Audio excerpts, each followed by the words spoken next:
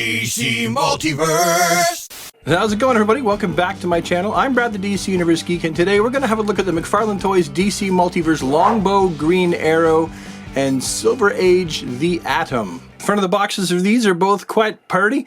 You have actual artwork for the names of both the characters. I like it when Todd uses this packaging over the classic stuff he was. Here is the side of each of the packaging for the Silver Age Atom and Longbow Hunter Green Arrow. And here is the back of each of their boxes. Oh, I just realized, that's a whole lizard right there.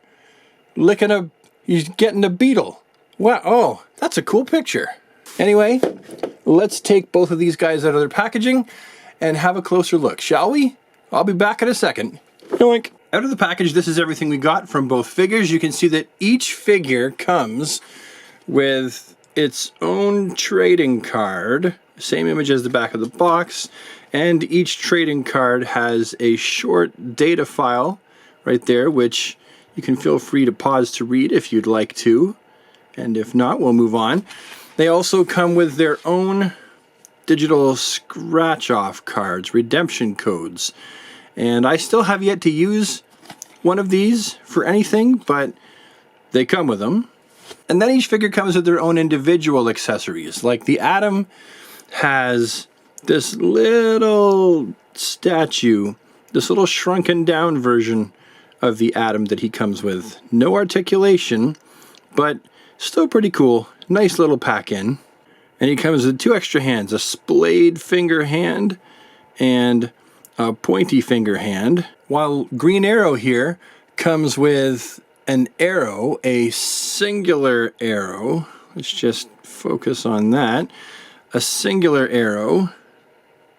And also he comes with a bunch more arrows that actually fit right here in the back in his quiver. Just like that.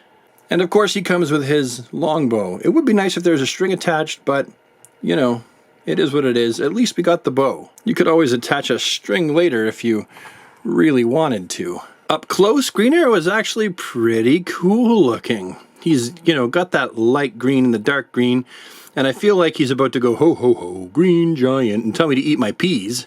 But he's a pretty cool figure. His tunic here that goes all the way down is newly sculpted, and it's textured. So there's more detail here. I do wish that all of the strings on the back and the front were painted. You can see the strings on the front. These two sets are painted, but then down here, they've just been left as is. So I may or may not touch those up myself later. You've got the G on the belt there, his brown leather belt, his gloves, puffy green sleeves. You've got his boots. I don't know for sure, but these boots may be reused from, oh gee, who is it? Inigo Montoya. That's it. You killed my father. Prepare to die. I think that these may be reused from there. I don't know for sure, though. The hood's a separate piece that has been stuck onto the figure. And a close-up of his head sculpt here will reveal, and I've been wondering this, that his hair's flat underneath the hood. He's got literal helmet head underneath his hood. So if you're wondering if you could peel the hood back and just have his hair, you can't. But the face sculpt seems pretty good. I do wish that he actually just had white eyes, so I may or may not do that myself and just paint over the pupils, the retinas there, and give him just white lenses over the eyes in his mask, but it's not done too bad.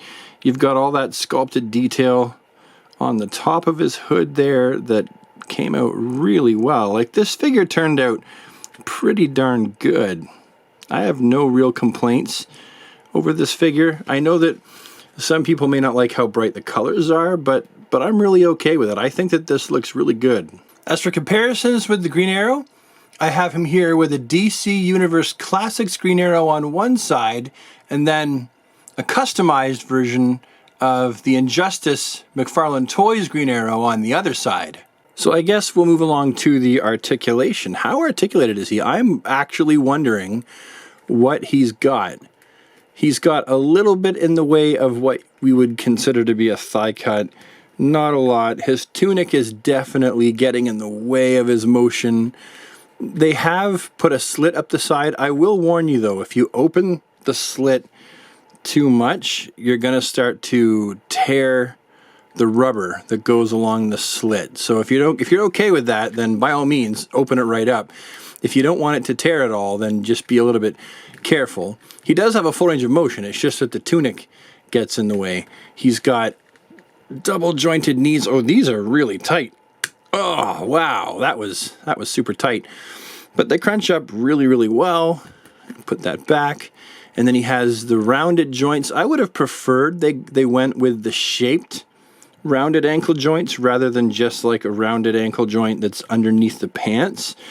And then we have toe articulation and we have a pivot. So he's got plenty of articulation from the waist down. He does have a rotation at the waist, but as far as, you know, articulation in the torso, obviously that tunic gets in the way, so don't count on anything. We have arms that go up quite far, and you have your 360 bicep swivel, your double jointed elbows like that, which is very nice. And then he's got, I would have preferred, just like with the ankles, that there was some kind of shaped hinge right here rather than just a rounded hinge in the wrist. It's not really a complaint, it's just how I probably would have preferred to see things done. And then we have the head articulation, which is something that it's not anything to write home about because his head is inside of his hood. And if you turn his head, I mean, you can turn his head from the left to the right, but I wouldn't expect it to do much just because that hood's there. He's going to have to Batman turn. Okay, and moving along to the Atom.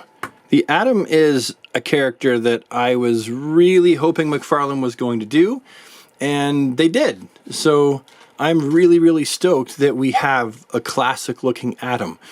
His suit over the years has changed a little bit here and there, but it always seems to come back to this basic look, and I'm happy about that because I like this basic look.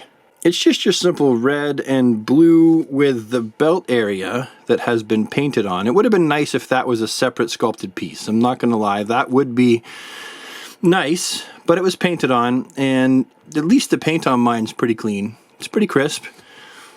Everything else is the same as what you would expect to find with this body buck, which has been reused many times. And I'm okay with that, actually. I'm okay with there being a basic generic body buck for characters like this that don't need a whole bunch of newly sculpted parts, that works with a character like this. So I don't really have any complaints about the fact that this has been reused, and that works like that. I like the fact that this is red, this is blue, and you have a nice point, and it's based on the articulation. It's not based on the paint. And there really isn't a lot of paint on this figure to begin with. Just the gloves and the little V up here in the chest and the belt area. But really, you've got a lot of just naked buck parts. Oddly enough, I do think that the torso did not start red. I feel like that was painted red. I don't know that it's the actual color of the plastic. I'm going to say it's not. It looks like paint to me, actually. And the Atom's facial sculpt looks pretty good. I mean, how do you mess it up? It's just so basic, right? It's a simple, you know, blue cowl over top of his face there, a mask with his symbol on his forehead. Yeah, very basic, and it looks really good. I'm happy with the paint job, happy with the details, no problem. I'm going to skip the articulation just based on the fact that we've done this body so many times that there's really no need to do the articulation segment. And I'm just going to do the comparison to a DC Universe Classics Atom. That's how he compares. The same version of the same character. One is by Mattel, one is by McFarlane, and I'm going to say I'm going to give it to McFarlane. I really appreciate McFarlane's attempt at this character. I think he looks fantastic. So there we have it. That's my review, ideas, and opinions on the brand new McFarlane Toys Longbow Green Arrow and classic Silver Age styled The Atom action figures. I like these both very much. If you see these in public and you're on the hunt and you're hemming and hawing, don't turn your back on these guys because they're both two fantastic versions of these characters that can't wait to be added to your collection. And on that note, I'm Outies. Have yourself a fantastic, super awesome DC day, everybody, and take care.